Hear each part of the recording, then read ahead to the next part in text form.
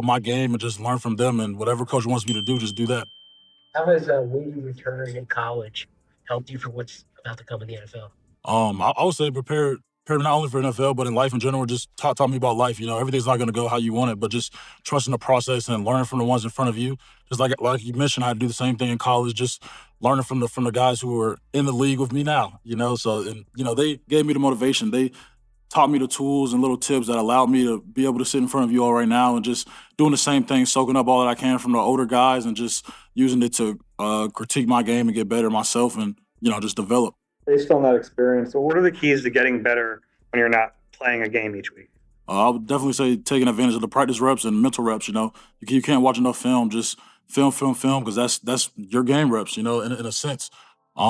Just take advantage of the opportunities you get during practice and film. Make sure that you're locked in and learning from your mistakes that you made. When do you want to get better specifically? Kind of seeing how you've grown so far. Well, obviously, it's for like all of us linemen. Hand placement and pad level. But at the end of the day, whatever coach tells me, I'm just looking for anything. I mean, whatever the older guys, the vets, and coaches tell me to do, that's what I'm going to do, and I'm going to work. And I'm looking forward to the opportunity. Say that again. Coach Cooper, have you gotten to meet him yet? I spoke with him. I haven't met him yet. I just got here. I'm still just seeing everything, so I'm sure I'll talk to him. What's it like in Athens when there's a team in Philly that has so many former Georgia players? Are you extra aware of like the team and how they're doing and how your guys from school are doing? Did you pay attention? Oh, definitely. Most of the defense is from Georgia at this point. So definitely know the names like the Philly Dogs and things like that. It definitely, grabs your attention in Georgia, especially me personally.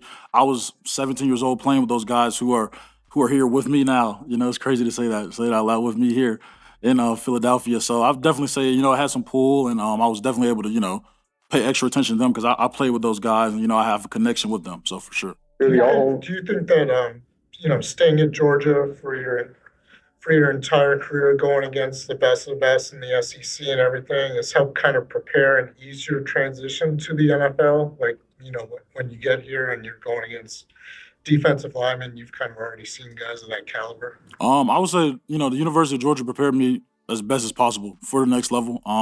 From the competition at practice to the meeting room to the mental health side. I mean, everything as a whole, to the nutrition side. I feel like the University of Georgia prepared me for the next level, and I'm just, like I spoke on earlier, just looking forward to getting to work. It's been a while. It's been a long process building up to, rookie minicamp. It starts tomorrow. Just looking forward to getting to work and just being able to, take the coaching from the coaches, just learn everything and absorb everything I can.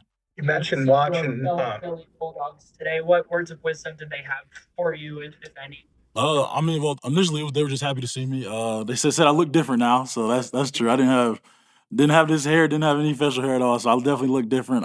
They were just the main thing they were just harping on is how proud of me they were, and just make sure I'm ready to work and get after it because it's real. You mentioned watching film. Is there anybody in the league, specifically at guard, that you try to pattern your game after, anything like that? Growing up, it would be David DeCastro for sure, but then that transitioned to people, like Quentin Nelson, obviously, elite guards, and then offensive linemen in general.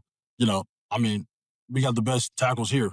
So, just watching ball, and then the older I got, like you were saying, with the connection from Athens to Philadelphia, I was watching the Eagles game, so definitely the line here for sure. What are some of your horror stories of getting kind of beat up by JD and JC when you were a 17-year-old? Dang, I got some good ones. Probably the first time I tried to sit down a Jordan Davis bull rush. That's when I realized this was not high school ball.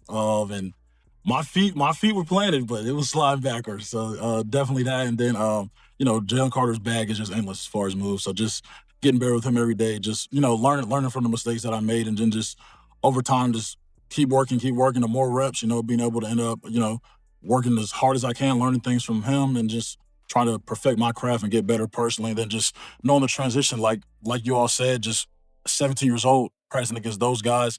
Then whenever it's my time to perform, you got to think about things like I was going up against Jalen Carter and Jordan Davis. So I know that I'm prepared for it, just going out there and execute. How supportive were they if you had a bad rep against them in practice, as far as kind of working with you on like what you could have done differently or what they saw from the rep?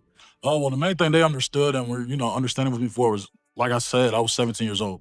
So they didn't want me to harp on it too much. Obviously, they're not going to let me just continue to do it. They were definitely going to be there to pick me up and say, hey, stay focused, keep my head up. They're just harping over that, hey, you're 17 years old. You know, they were in my shoes.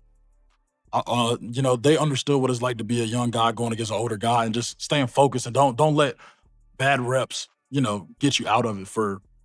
I'm a freshman. I had all the time in the world back then. You know, it's going now, but back then it felt like I had forever. And then them just keeping me motivated. You know, telling me that they see potential, they see what I can be, and now I'm back with them again. So looking forward to it. In college, in terms of blocking schemes, did you guys focus more on mid zone or wide zone blocking? Mid zone, inside zone. Couple more will bring things from right guard at Georgia, right guard. Do you think you can play the left side too? Oh well, last year I started all the games at left guard. 2 years ago, I made my first starts at right guard 2 years ago, and then this past year, all my starts were at left guard. But you know, practice throughout, I've done everything across the line: tackle, guard, right, left. I mean, I feel like I'm pretty versatile, just ready to go out there and work wherever coach needs me, whatever the team needs. I'm ready to do that. So, Micah, you described the learning curve, obviously from high school to college. What do you expect it to be like from college now to pros? Oh, well, the main thing I would say is just understanding that, you know, I know with NIL and things, you know, college get a little bit more professional, but understand this is a real profession and just coming in with a business manner and every day, you know, your job's on the line. So just make sure that you're giving your best, putting your best foot forward every day and taking advantage of the reps and the moments that you get here. All right. Thanks, everybody. Thank you.